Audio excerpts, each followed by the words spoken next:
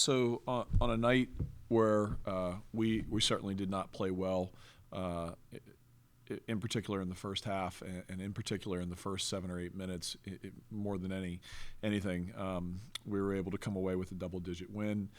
We were able to assert ourselves in the fourth quarter and be up 20 before we had some substitutions that drew back that lead.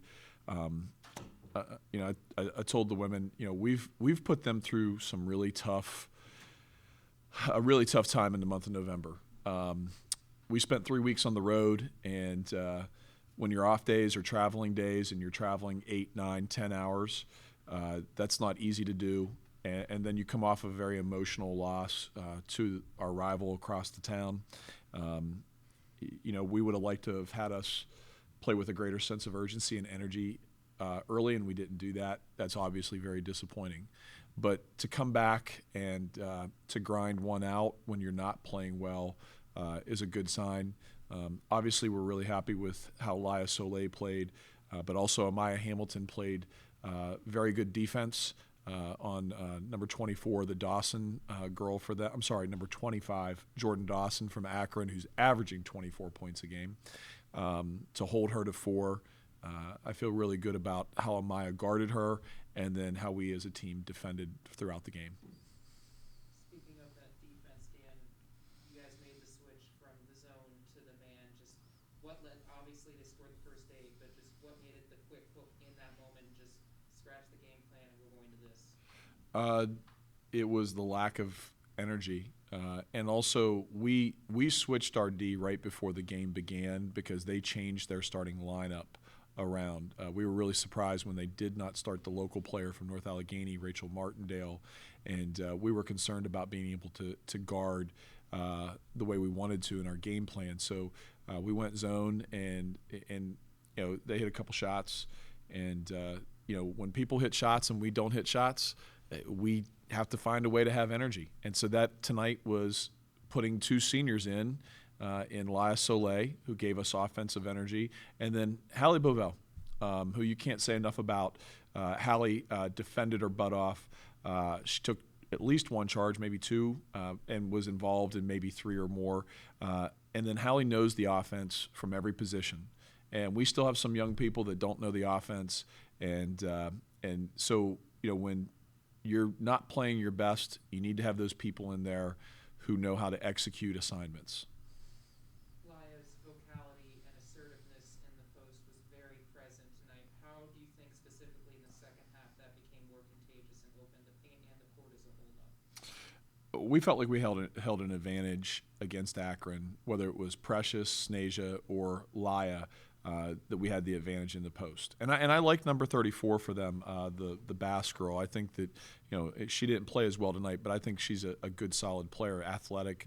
But we knew that we could take advantage of them with our size and our strength. And Laya obviously was very good at getting position and being able to show her numbers. And then once she catches it, if you don't double her, it's very difficult to stop her. If you're smaller than her or equal sized, you've got to have some sort of size advantage or double her to really make her get rid of the ball. Precious, had 8 rebounds, really kind of never got going offensively, but did rebound the ball pretty well. Amaya Hamilton had some good post-ups and was effective around the basket. And I thought Amaya Hamilton played one of the better games. Even though she was 5 for 12 from the field, I still think that she played one of her more complete games in a Duquesne uniform.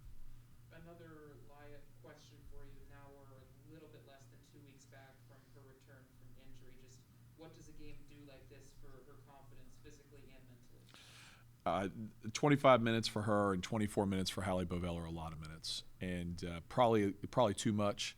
If we had to play again on Thursday or Friday, I'd be very, very concerned.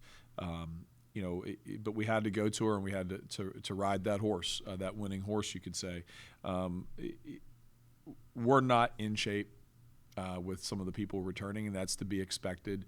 That's going to continue in time, but we're able to strategically use timeouts tonight and get them a little bit of a rest, and that benefited us. And there was one point when Hallie actually asked to come out, and I said, no, absolutely not. You have to stay in. I don't have anybody else I can put in who has great body language and who knows how to run the offense. And so she stayed in and she played those minutes.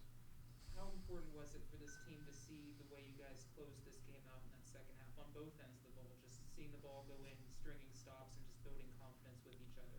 You have to have that when you have a team that is in the situation that we're in.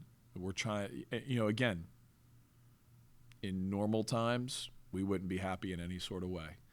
But right now, with the travel schedule that we had and with the coming off an emotional loss and really bringing upperclassmen back who have not played for some time and have not played healthy for more than a year, sometimes 2 years, and then you have some young people.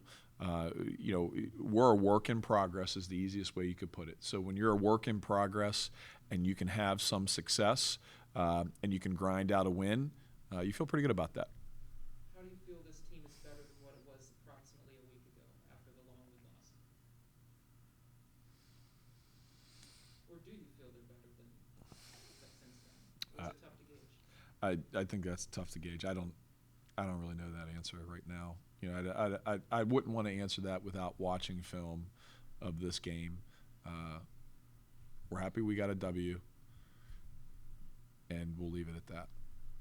Another defense question, just seeing the switches, how have you appreciated what Coach Cherie's been able to do as the defensive coordinator and finding her voice and finding the right buttons to press?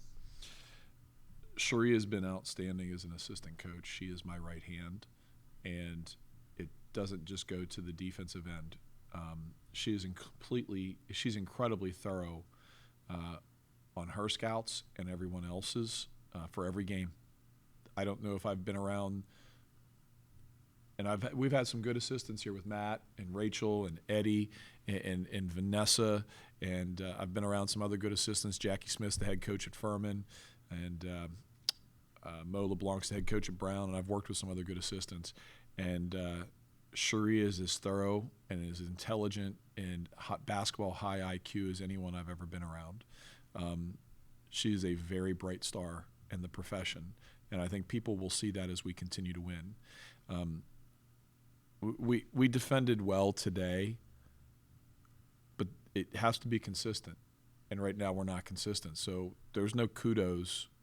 We can celebrate the win to midnight, but it's after midnight, man. We got to be ready for Siena because now we got to put another one together where we defend, and we have to have some consistency. And that's what was so disappointing is we did not have consistency or enthusiasm when we started the game, and that's why we went to playing some people that maybe had not played before. I appreciate you all coming and supporting women's basketball. Thank you.